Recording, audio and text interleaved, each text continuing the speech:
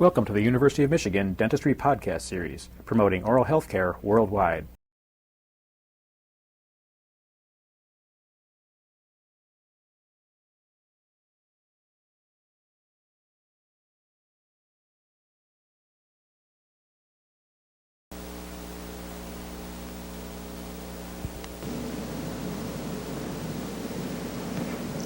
As we begin our dissection in the thoracic region, you should first familiarize yourself with the skeletal anatomy of the entire thorax, the ribs, the sternum, and the thoracic vertebral column.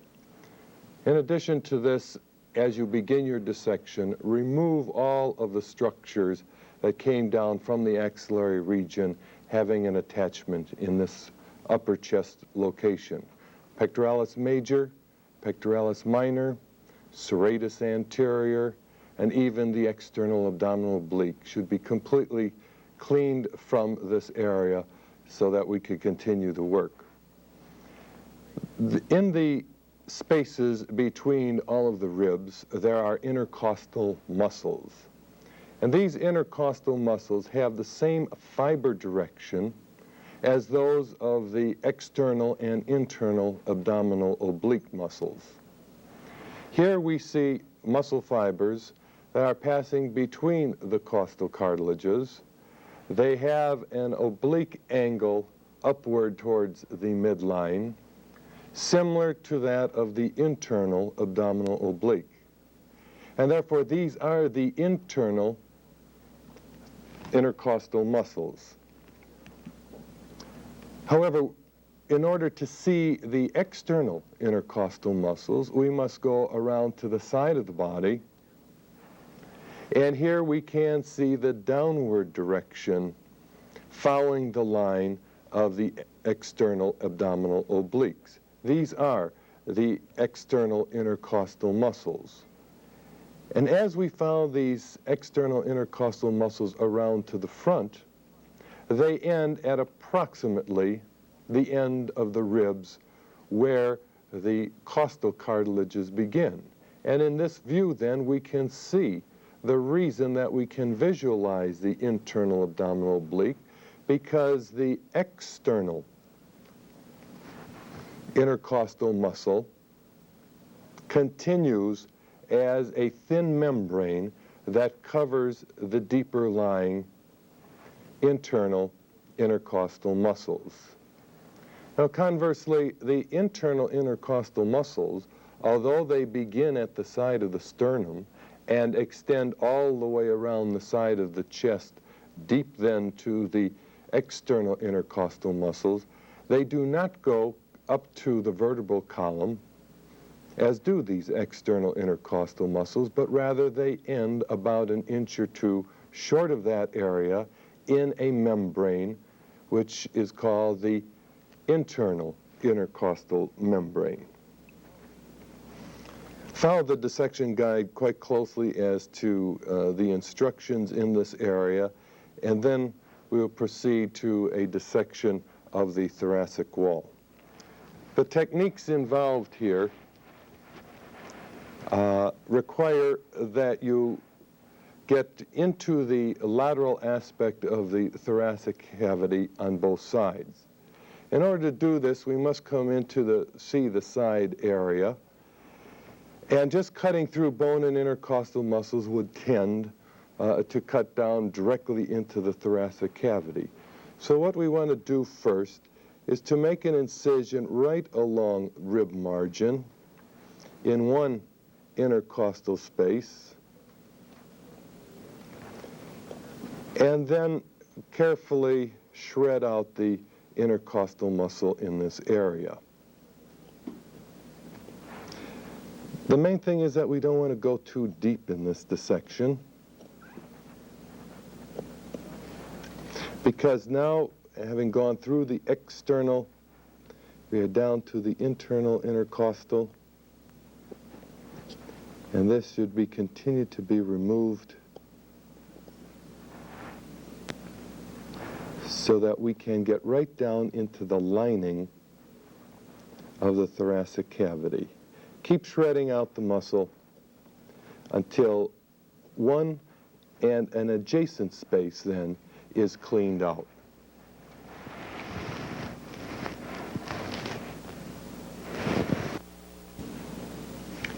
Here now the external and internal intercostal muscles have been removed from two adjacent spaces, and carefully now, as you get down to the non-muscular material, you must start pushing it away slowly so as not to rip it in both of these intercostal spaces.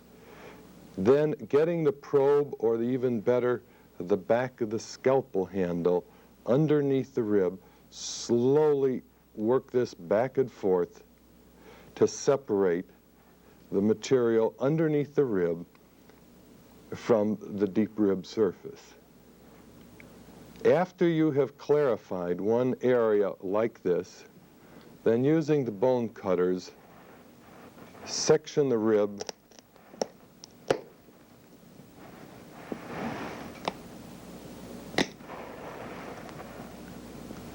and in this first piece of work, take out approximately an inch segment of the rib.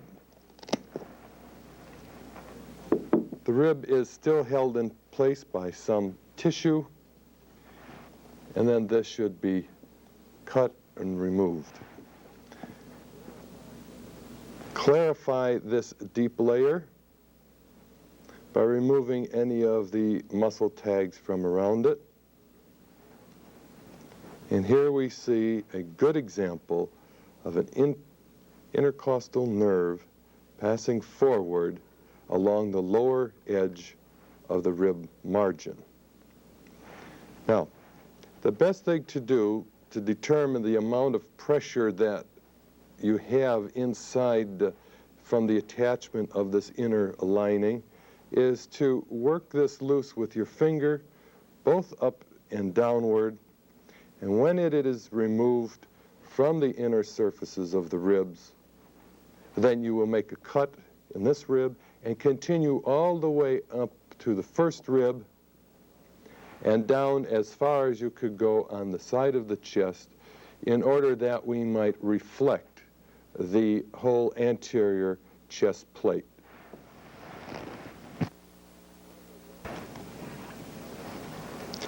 Now that we have opened up the ribs all the way from the first rib on the left downward to the respiratory diaphragm, you continue the dissection by slowly, with your fingers, pushing the material underneath the ribs away until you eventually will get almost towards the midline.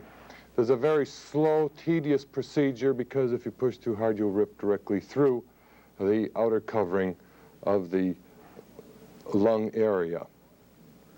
Now, in order to turn the rib cage downward, we have to look at the base of the neck first.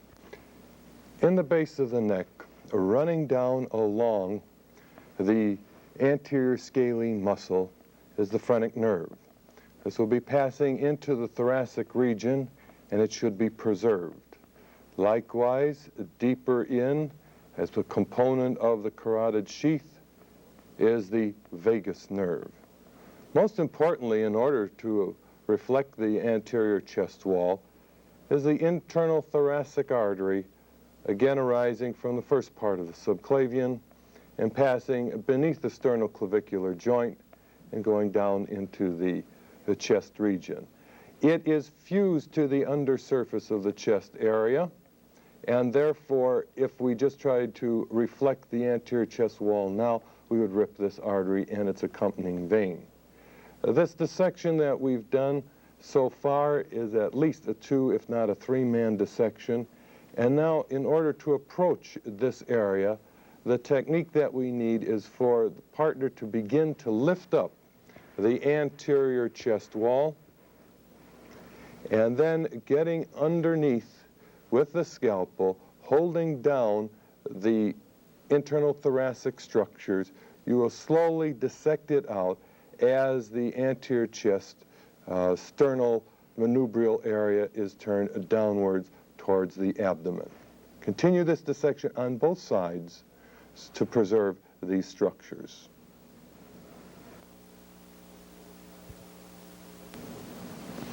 As we look down onto the upper portion of the thoracic cavity, we can see some of the structures that we have previously dissected. First of all, we have the internal jugular vein on the left side, joining with the subclavian vein of that same side to form the left brachiocephalic vein. On the opposite side, coming down from above, is the internal jugular vein and the subclavian vein of the right side, forming then the right brachiocephalic vein. As we now open the chest cavity, we can look down into it and we will see the full extent of the internal thoracic blood vessels that will pass down to the upper portion of the rectus abdominis muscle and to the intercostal muscles throughout its course and to the respiratory diaphragm. Again, back up in the neck, we have previously studied the phrenic nerve lying on the anterior scalene muscle. And now when we reflect the venous system, we can see the phrenic nerve passing downward to go into the area alongside the pericardial sac. Here, phrenic nerve. Medial to it is a quite large vagus nerve, and it disappears deeply within at the arch of the aorta. Let's now look at the left side of the chest.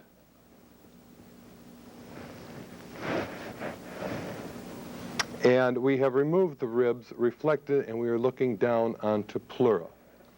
The thoracic cavity of each side is surrounded by the pleura. It is the parietal layer of pleura because the other layer, the visceral layer, is closely applied to the surface of the lung. I have cut into this pleura, and you can see it here completely surrounding the inner aspects of the ribs which we have removed. And as we have cut through it, we can look directly down onto lung surface. And the glistening appearance on the lung surface is because of the visceral pleura that is closely adherent to the lung and literally has to be ripped off of it in order for you to be able to see it. So, visceral pleura surrounds the lung, parietal pleura surrounds the cavity. The various visceral pleura have names, subdivisions, and so does the parietal pleura. If the pleural layering surrounds the interior of the ribs, it is called the costal pleura. If, on the other hand, it is high up in the neck, it is called the cervical pleura, and that which lines the diaphragm below the lowest portion of the thoracic cavity, it is called diaphragmatic pleura. And then there is one other area called mediastinal pleura. The chest cavity can be divided into three portions: a left chest area that is filled with the lung, the same thing on the opposite side, the right chest cavity, and a central group of midline structures extending from the vertebral column posteriorly all the way up to the sternum in front. This partition is called the mediastinum. And the mediastinum can be divided into several sections, as we will see in a moment. When the pleura, the parietal pleura, passes from this anterior costal region and swings onto the surface of the mediastinum, such as we have along here, this is called the mediastinal pleura. And the mediastinal pleura will then pass directly onto the lung, where the major structures of the lung attach. In other words, the bronchial tube, the pulmonary artery, and the pulmonary vein. This is called the hilum of the lung. And it is at the hilum that there is a reflection of the pleura from the mediastinal surface onto the mediastinal surface of the lung.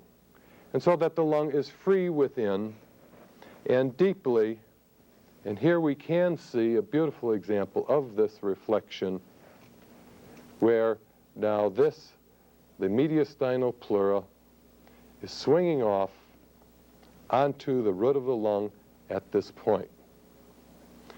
If we would dissect this area now, we would see that we have the three major structures of the lung: pulmonary artery, pulmonary vein, and the bronchial tube. This is the reflection now that we have. The lung, however, does not fill in the entire thoracic cavity because the diaphragm below is domed upward. The lung does normally not penetrate into that area, nor does it get into the recess between diaphragm and parietal pleura laterally. And these are called recesses, and the one that we would see over at the mediastinal area, I'll place my finger in it now.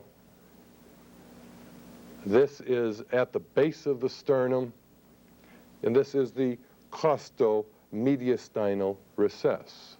Whereas if I swing my hand around and go deeply then down laterally along the lateral border of the space of the lung area, this is the costal diaphragmatic recess. The cut edges of the ribs here at the breastplate was reflected, and it's down laterally that you will find this area. Significance, of course, is that if there is an infection in the lung area, we can get infection pooling down in these recesses, and this is where also one would do a thoracic tap. Now, we were talking about the mediastinum before as being that central group of structures that's located on the midline, behind the sternum, and in front of the vertebral column. And we can divide the mediastinum into several areas. And when we put the chest plate back on, the illustration now will use some of our landmarks: the second rib and the sternal angle below being the body of the sternum and above the manubrium, which we've removed. The superior mediastinum is that area extending from the first rib above to the sternal angle in front, including the manubrium, and a horizontal line drawn from that point directly backwards, which takes it to approximately the lower portion of the fourth thoracic vertebrae. Once again, above the level of the first rib. Below, a horizontal line that extends from the sternal angle posteriorly to the lower portion of the fourth thoracic vertebrae. Laterally would be mediastinal pleura. The second rib, the sternal angle, is a tremendously important landmark in the thoracic area because we have several major structures in this region which we can look at now. When we move the lung out of the way, we are looking down on the pericardium. And extending upward out of the pericardium into the base of the neck is the aorta. And the aorta gives off three major branches. These three branches we have seen already, at least in part. The first one to the right is the brachiocephalic artery. It passes upward behind the sternoclavicular joint and then divides into the internal, the common carotid and the jugular, along with the jugular vein, and here is its other branch, the subclavian. Once again, brachiocephalic, swinging into the shoulder as the subclavian artery, and this, the common carotid, going directly up into the neck. On the left side, however, these two branches arise separately. We do not have a brachiocephalic artery on the left, but rather we have the common carotid arising directly as a second branch of the aorta, and then separately arising from the aorta is the left subclavian artery. So we have three structures with the names brachiocephalic: the right brachiocephalic vein, the left brachiocephalic vein, and the brachiocephalic artery. Now, I'm going to put the brachiocephalic venous system back again, and we could see the left brachiocephalic crossing the midline to get over to the right side, and now it is joining the right brachiocephalic, and right at that junction is the termination of the internal thoracic vein. When we push the lung off to the side and this vein, we now can see again this junction of the two brachiocephalics, and now inward, going deep towards the heart in a downward direction, is the superior vena cava. Turning our attention over to the left neck area once again, we have, coming out of the carotid sheath, the vagus nerve. And the vagus nerve on the left continues downward around the arch of the aorta, and then will continue down throughout the chest and into the abdomen. But along with this, you could see a branch coming off of it deep within, and for the purpose of this demonstration, I'll move the phrenic nerve out of the way. Here's the main course of vagus, and here is a nerve that is attempting to wrap around the undersurface of the aorta. This small nerve is the recurrent laryngeal, and it will pass upward behind the aorta and then get into the area between the trachea on the midline and the esophagus behind it, and go up to supply the muscles of the larynx and the esophagus as well. This is continuation of that nerve, the recurrent laryngeal nerve. In addition to this, at this area of the sternal angle, where we see the arch of the aorta, if we were to cut the aorta, reflect it, you would see that this is the terminal part of our trachea, which is passing down on the midline, where it is bifurcating into the right and the left bronchi. Continue the dissection as indicated, following the dissection guide closely. This gives you an overview to begin the work of today. You've been listening to a presentation from the University of Michigan School of Dentistry, which is dedicated to supporting open learning and open educational resources. This recording is licensed under the Creative Commons. It may be reused and redistributed for nonprofit use. Please attribute materials to the University of Michigan School of Dentistry and redistribute under this same license. For more information on how this and other University of Michigan School of Dentistry recordings may be used, visit www.dent.umich.edu/license.